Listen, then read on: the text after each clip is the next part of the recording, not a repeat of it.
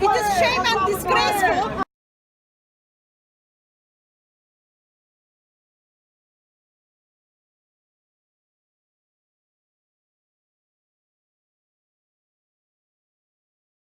And you have quite a few Muslims coming to Christ. On our team, one of our colleagues has led over 100 Muslims to Christ, and probably altogether 200 Muslims to Christ in the last year or two. Just 1 year, she led 125. Three imams she's brought to the Lord using polemics. Using apologetics and polemics. And so it really is working. This is here in Britain. All around London. Now, every one of those apostates we've had to rehouse and relocate because their lives often are in danger. Why don't we hear about this more then?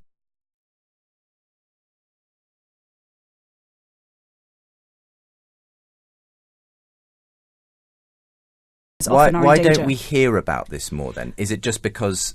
Justin, what would happen if we were to tell you where these people are or who they are? Of course. This is the only religion when you become an apostate. That's why you want to go up on Pfander Films and look out on our video on apostasy.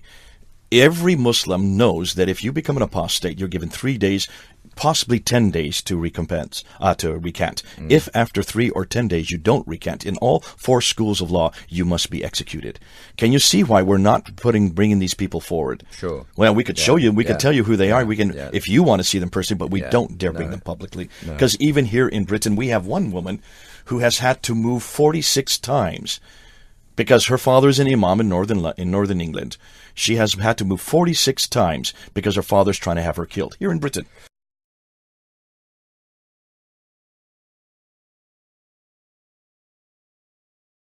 Years ago, he said he doesn't believe anything. It's a lie. He believes now in Jesus Christ, don't you? God bless you. Are we brothers in Christ? We're brothers in Christ. I'm not talking. I saw 4 years ago, he said he doesn't believe anything. Maybe so, but he used to be a Muslim. He didn't believe in anything. Now he believes in Jesus. Irresponsible.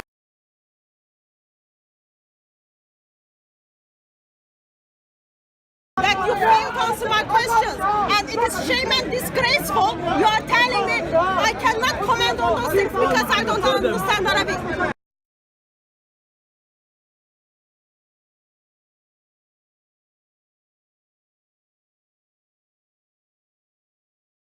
We've seen lives transformed. We've seen ex-Muslims begin.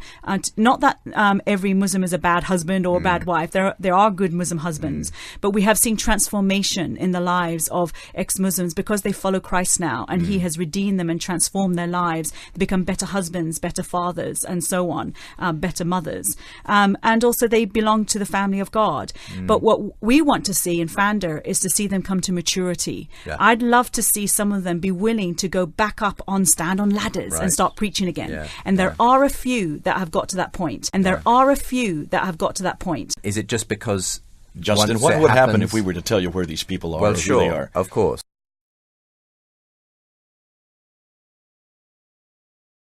Why don't we hear about this more then?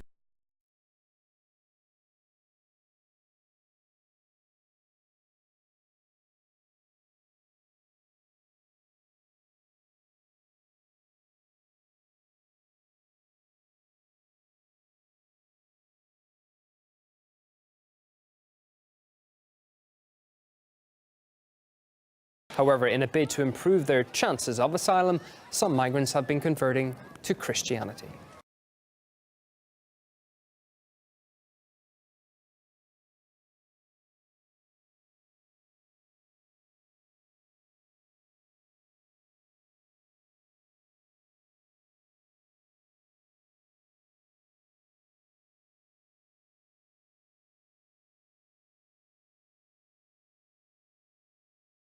Martin Gottfried Martins has seen his congregation at the Evangelical Trinity Church in Berlin grow from 150 to 600 in just a few short months. Mark, this is a phenomenon that is interesting to note because obviously the refugee crisis is something that is on everybody's lips at the moment, and it's impossible to turn on open a newspaper or look at the TV without seeing it. And it's interesting to note that the Muslims are coming and they're feeling the need to convert, and the reason behind it, people are questioning their motives, people are questioning the validity and the genuineness with which they're doing it, and they're saying that what people are saying, accusing refugees are doing is just trying to increase the likelihood that they will receive refugee status.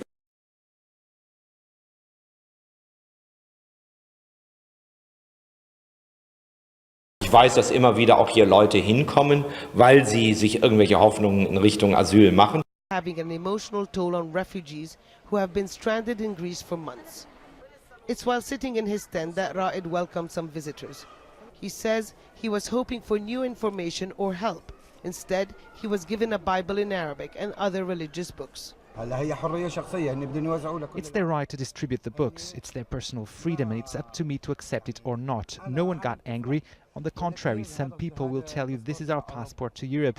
If we become Christian, we will be able to stay in Europe. I don't want that. I'd rather return home.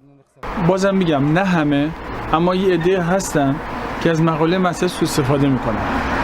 میان بیرون و میگن که ما مسیحی هستیم که یه جوری اقامتشون رو بگیرن. They thought like we will help you, we will like help you in continue your education, we will help you in to have a beautiful house, and we will help you with money and with everything. Okay, I'm normal human. I've asked, okay, if I enjoyed you, will you take me to Germany? They said, no, we cannot do that, but we can make a good life for you here.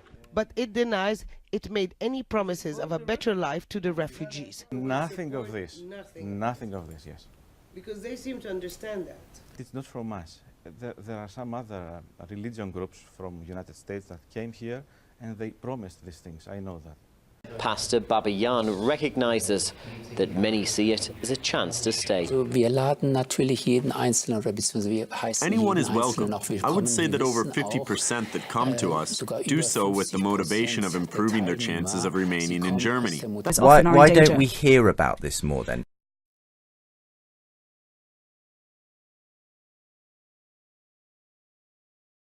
That Jonathan said. He said, to quote him, I think he said, a lot of this is a scam, I think is the word he used, and it is, just like you were just talking about. There are preachers on TV right now that say, you know, you send us a $100 bill today and God will bless you with $1,000 next week. And they make obscene promises like this that have nothing to do with the gospel. And realize this is not just an American problem. Let me give you a little bit of an anecdotal story. I've been in a couple African nations. I've been to Nigeria.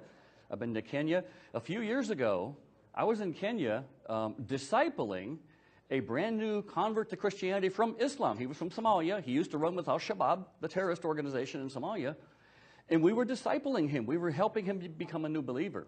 And we asked him what he wanted to do with his life. He wanted to go to Bible college. And we asked him, so why do you want to go to Bible college? Well, because I want to become a preacher. Well, why do you want to become a preacher? Well, because preachers have nice houses and they drive big cars. Yeah. The prosperity gospel is not just only an American problem. It is rampant in the African continent. And it's presenting a false image of Christianity to the world, and particularly the Muslim world. God bless Jesus. You know,